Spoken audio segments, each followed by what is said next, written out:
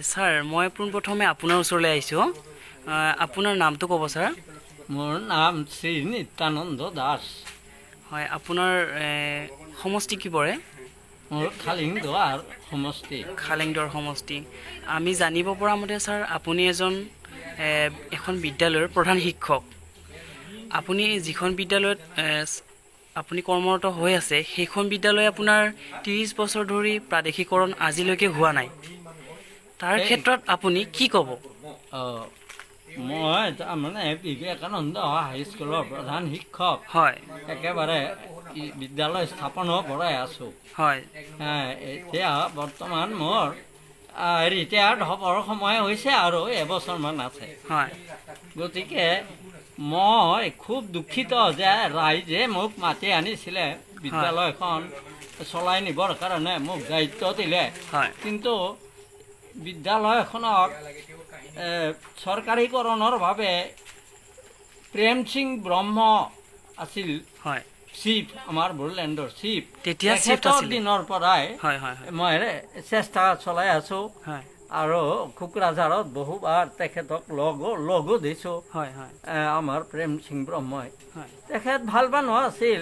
তেখেতে বহুত সদস্য হয়, EM কেইজনমানকো পঠাইছিলে হয়, আমাৰ বিদ্যালয়লৈ হয়, আৰু বিদ্যালয়খনৰ উন্নতিৰ চিন্তা কৰিছিলে। হয়, কিন্তু তেওঁলোকেও কিবা এটা বিপাঙত পৰি হয়তো অৱশেষত স্কুলখনক চৰকাৰীকৰণ কৰাব নোৱাৰিলে হয়, আৰু তেওঁলোকৰো মানে গদি গুচি গ'ল পিছত।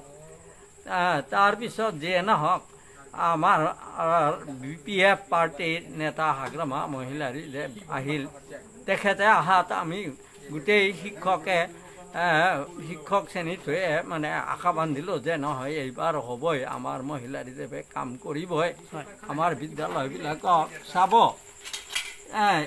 এই বিষয়ে আমি বহুত আশা পালি আছিলোঁ। কিন্তু তেখেতে 15টা বছৰ কাৰ্য কৰিলে। হয়, কাৰ্য কৰি আজিলৈকে আমাক একো দিব নোৱাৰিলে।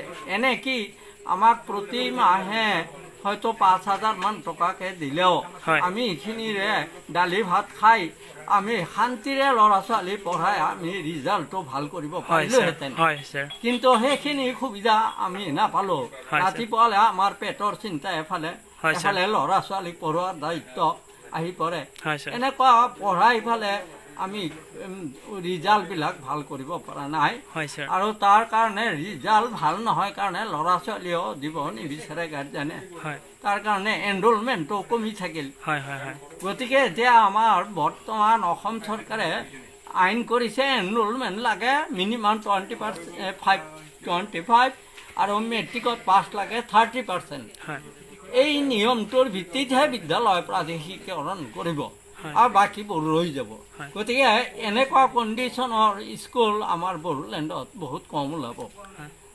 গতিকে মই এইটোকে এইকাৰণে দুখিত হৈছোঁ যে হাগ্ৰামা মহিলাৰীদেৱে এই 15টা বছৰে তেওঁ খাটি খুটি হয়, আমাক একো কৰিব নোৱাৰিলে, আমাৰ অৱস্থাটো একো উন্নতি কৰাব নোৱাৰিলে। তেখেতে শিক্ষাৰ ক্ষেত্ৰত মানে হাৰ মানে বুলি ক'ব লাগিব। হয়। এতিয়া ছাৰ শিক্ষাৰ ক্ষেত্ৰতে হওক, আপোনাৰ গাঁৱৰ ক্ষেত্ৰতে হওক, ৰাইজৰ ক্ষেত্ৰতে হওক, চব ক্ষেত্ৰতে লুণ্ঠন কৰিছে হাগ্ৰামা মহিলাই তথা আমাৰ খালিংদৰ সমষ্টিৰ EM বনজাৰ দৈমাৰী। তেনে ক্ষেত্ৰত আপোনালোকে বিকল্প বিচাৰেনে?